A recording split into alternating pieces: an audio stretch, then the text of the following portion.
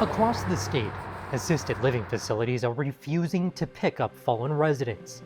Engine 6. Respond to a lift assist. Lift assist. Lift assist. And calling 911, straining emergency services, Female client that fell fast that she does not appear injured. and in some cases, leaving the elderly unassisted.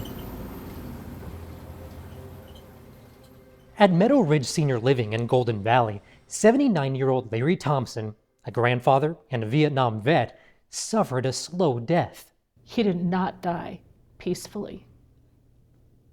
He died knowing he was suffocating.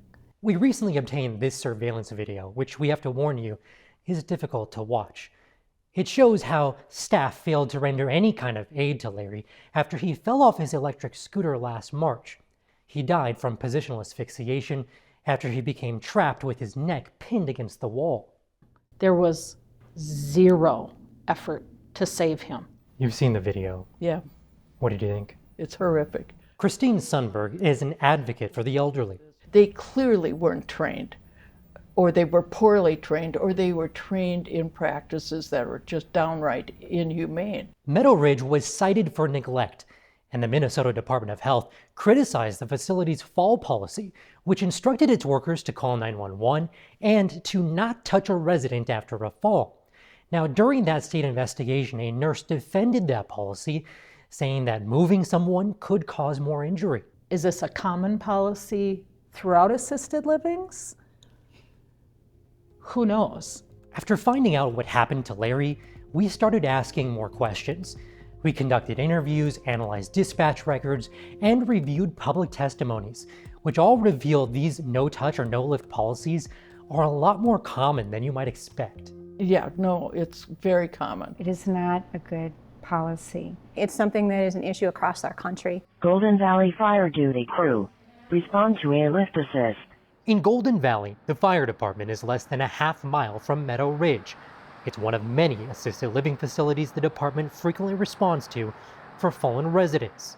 Absolutely, it puts a strain on us. It's calls that take up time, it take up resources. We reviewed 3 years of dispatch data, which reveals Meadow Ridge called 911 at least 91 times because of fallen residents.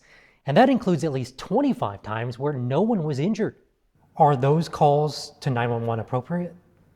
I think it depends some on the situation. My personal opinion is that really if there's, say someone has fallen, is on the floor, that if staff are there, they should be able to help that person. Is it staffing issues? Is it policy? What are you hearing?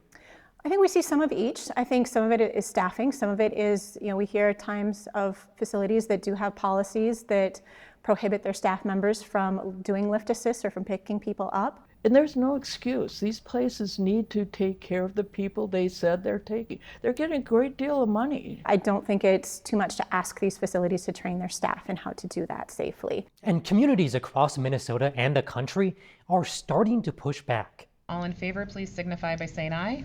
Aye. In Maple Plain this year, the city passed a new ordinance to start charging long-term care facilities hundreds of dollars for excessive non-emergency lift assist calls. We're going at 2 o'clock in the morning to pick someone up off the floor that doesn't have a medical issue. They just need to be lifted up and put back in the chair. And in Bloomington last year, an assistant fire chief complained to the state about receiving 29 lift assist calls from just one facility over the course of about a year.